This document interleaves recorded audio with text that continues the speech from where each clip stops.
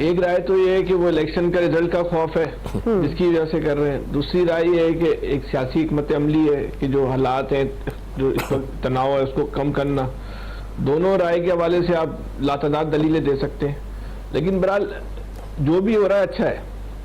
اور ان کو صرف اگر یہیں تک اپنی ملاقاتوں کو ہے نا محدود نہیں کرنا چاہیے, اپنا دل کو کشادہ کریں. اور اگر واقعی آپ کی نیت یہ ہے کہ اس میں صرف آپ کا الیکشن کے رزلٹ کا خوف نہیں ہے تو پھر آپ تحریک انصاف سے بھی مل لیں ہاتھ کے ہاتھ. اگر واقعی آپ کا منشا یہ ہے کہ اس ملک کے اندر جو ہے وہ سیاسی تناؤ ختم ہو جائے اور جو اس وقت جو کشیدگی ہے وہ ختم ہو جائے, تو پھر بہتر یہ کہ آپ تحریک انصاف سے بھی مل لیں اور کوشش کریں کہ ان کو بھی جو ہے وہ کوئی محفوظ راستہ ملے سیاست میں حصہ لینے کا. اس کی وجہ کیا ہے؟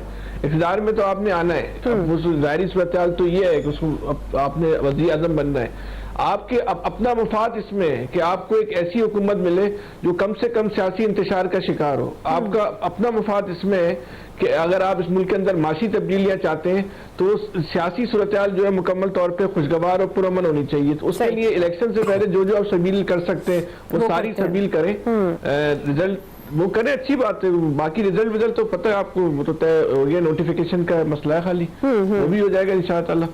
تو باقی اتنی پریشان ہونے کی ضرورت نہیں. لیکن یہ اس لحاظ سے پہلو صحیح ہے کہ اس بات کو انہوں نے اگر اس دفعہ اپنی انا کا مسئلہ نہیں بنایا تو ٹھیک ہے, اس کو ویلکم کرنا چاہیے. ٹھیک, الیکشن تو ویسے ہی 2024 2018 کے ہوئے تھے, 2013 کے 2013 کے ہوئے تھے, 2008 کے, اس میں تو کوئی تبدیلی نہیں آنی, رزلٹ بھی اسی طرح آنا ہے. لیکن اگر اس دفعہ کا رزلٹ اس کو ساری سیاسی جماعتیں قبول کر لیتی ہیں تو چلیں اس کو ایک مثبت لے لینا چاہیے ہمیں سب. صحیح. جی عامر صاحب,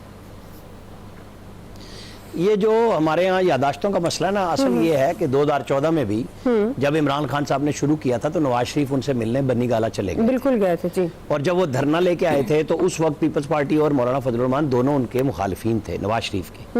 انہوں نے ساری پارلیمنٹ کو اپنے ساتھ مشترکہ اجلاس میں بٹھا کے کہ ہمیں پارلیمنٹ کو مضبوط کرنا چاہیے, یہ اس وقت بھی یہی کام کیا تھا.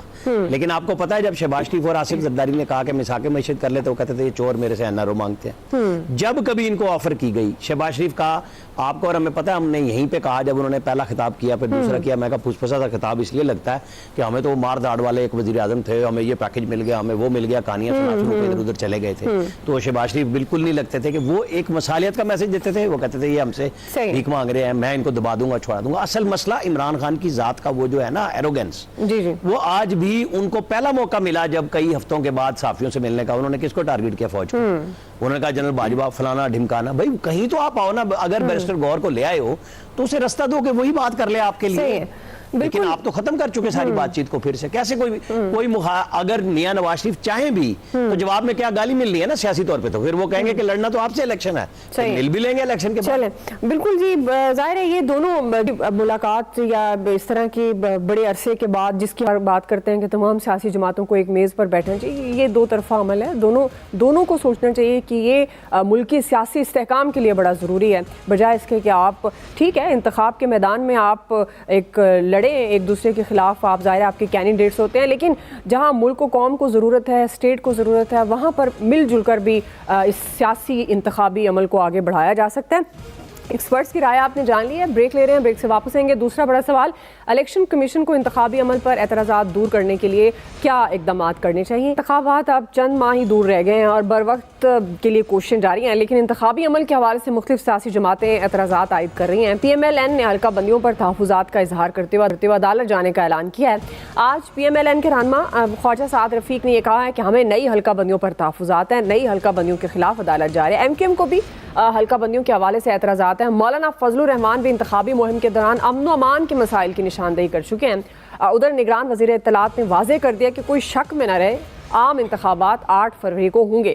چیف الیکشن کمشنر سکندر سلطان راجہ نے بھی یہ کہا ہے کہ الیکشن کمیشن اس وقت آئندہ عام انتخابات کی تیاریوں میں مصروف عمل ہے. جلد الیکشن شیڈیول دیا جائے گا اور پولنگ 8 فروری کو ہوگی.